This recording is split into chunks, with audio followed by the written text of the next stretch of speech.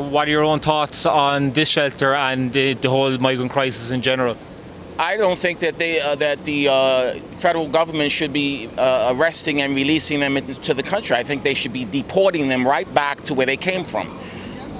I don't, and this is a very nice neighborhood, and they're unemployed and they're illegal. They don't belong in the country. They don't belong in the country. We shouldn't release them. There's a way to come into this country legally.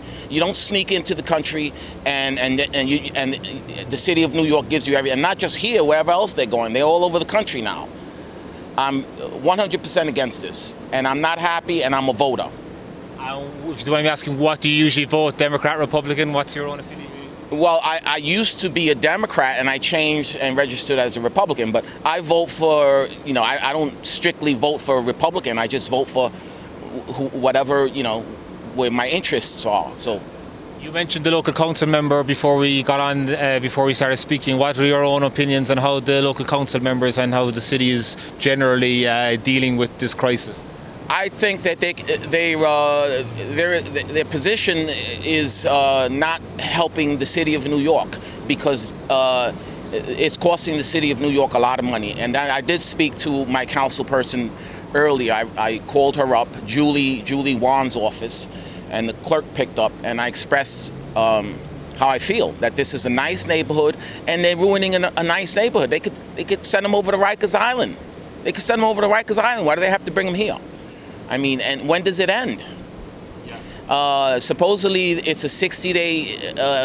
The mayor's giving them 60 days to be in the shelters, and then they have to find. What happens if they don't find housing? They're going to wind up on the streets in our city, or they're going to wind up going to welfare, and the taxpayers are going to wind up picking up the bill.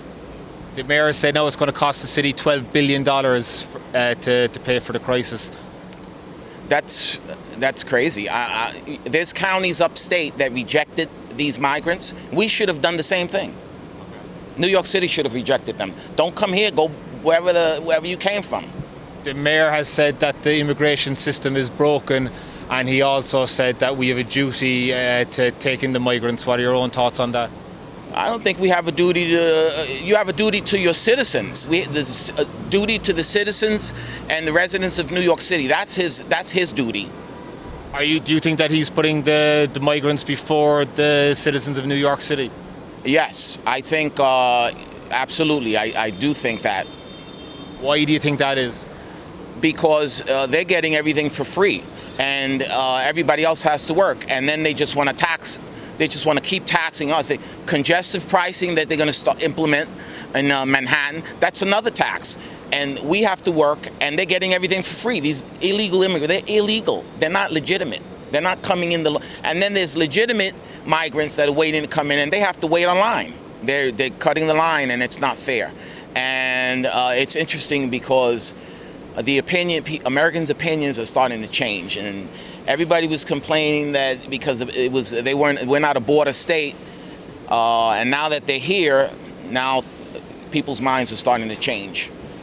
What do you think it does for the neighbourhood having these shelters in this neighbourhood and across Astoria and across District 26? I don't think it's good at all. I mean, this is a very nice neighborhood, and eventually, and they're going to start building tents in the neighborhood, and I saw somebody leave a can on the street the other day. It was one of the migrants from the facility, and he was urinating in the corner of a building.